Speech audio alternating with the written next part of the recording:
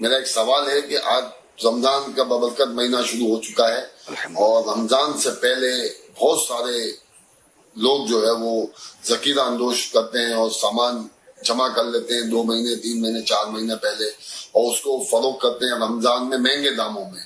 تو ایک تو اس کی رہنمائی ہو جائے. اور دوسرا سوال میرا یہ ہے کہ ان مہینوں میں لوگ جو ہے وہ ناپ تول میں بہت کمی کرتے ہیں اور مہنگا سامان بیچتے ہیں اور سامان کو کم کر کے یا تعداد کم کر دیتے ہیں یا تول کم کرتے ہیں اور اس کو کرتے تو اس کی ایک شرعی رہنمائی فرما دے. ماشاء اللہ.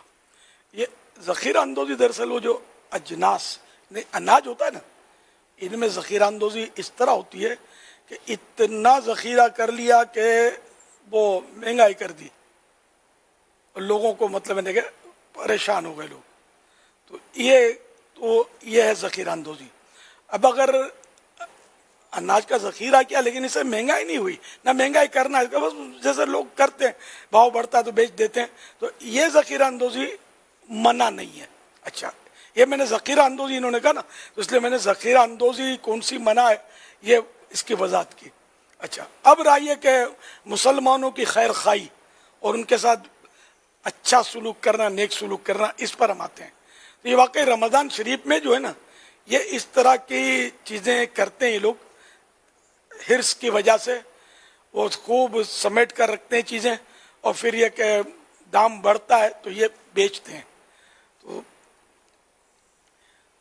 اب یہ کہ اس سے لوگ آتے ہیں تکلیف میں، پریشان ہو جاتے ہیں.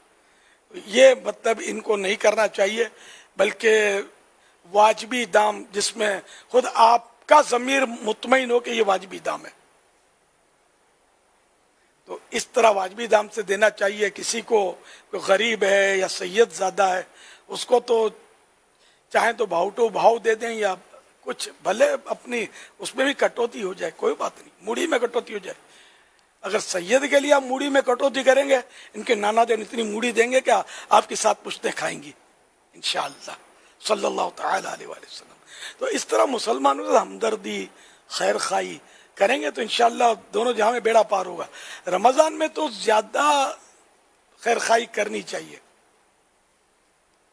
کہ یہ تو ثواب کمانے کا مہینہ. اور یہ ماہ مواسات، اس ماہ کا نام ایک حدیث پاک میں ماہ مواسات، تو مواسات بولتے ہی اسی کو ہیں، بھلائی، غم خاری اور ہمدردی، ماہ مواسات. تو اس میں ہمدردی کرنے کے بجائے ہم لوگ جو ہیں وہ ہمارے بھائی لوٹ مار کر رہے ہوتے ہیں. تو روزہ کھجور انڈرسٹوڈ ہے کہ لوگ لیتے ہیں روزہ افطار کرنے کے لیے، اور کھجور، ایک کھجور سے روزہ کسی نے کھلوایا تو اس کے لیے ایک تو یہ کہ یعنی ایک کھجور کے سے یا پانی کے گھونٹ سے روزہ کسی کو کھلوایا تو اس کو اتنا ثواب ہے کہ جتنا روزہ رکھنے والے کو ثواب، اس کا بھی نہیں جائے گا اتنا ثواب. پھر یہ کہ اس میں مغفرت کی بشارتیں اور کیا کیا ہیں ایک یعنی مسلمان کو افطار کروانے میں. تو کیا ہی اچھا کہ آپ ایک تو واجبی دام سے کھجور دیں، پھر ایک اچھا دانہ ٹنا ٹن چھانٹ کر کے آپ روزہ دار کو مسکرا کر ریکویسٹ کریں کہ اس کھجور سے ظاہر نصیب کے آپ روزہ افطار کرنا میری طرف سے.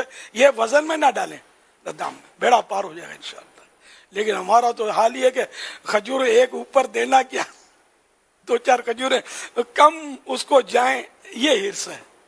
تو اگر ڈنڈی مارتے ہیں اور اس طرح کم تول کر دیتے ہیں تو سخت گناہ گار ہیں. یہ تو مطلب حضرت شعیب علیہ السلام کی امت پر جو عذاب آیا تھا اس کی وجہ یہ بتائی گئی ہے کہ یہ مطلب کم ناپ تول کرتے تھے، وہ سخت عذاب میں یہ مبتلا ہوئے تھے. اس کی پوری حکایت آپ کو ملے گی، یہ سیرت الانبیاء میں ملے گی، پھر یہ کہ اپنے عجائب القرآن میں بھی ہے، تفسیر سیرات الجنان میں بھی ملے گی. کم ناپ تول کرنے والوں کا عذاب. ایک شخص مرتے وقت نزا کی سختیاں اس پر طاری تھی اور اس کو کلمہ پڑھنے سے روکا جا رہا تھا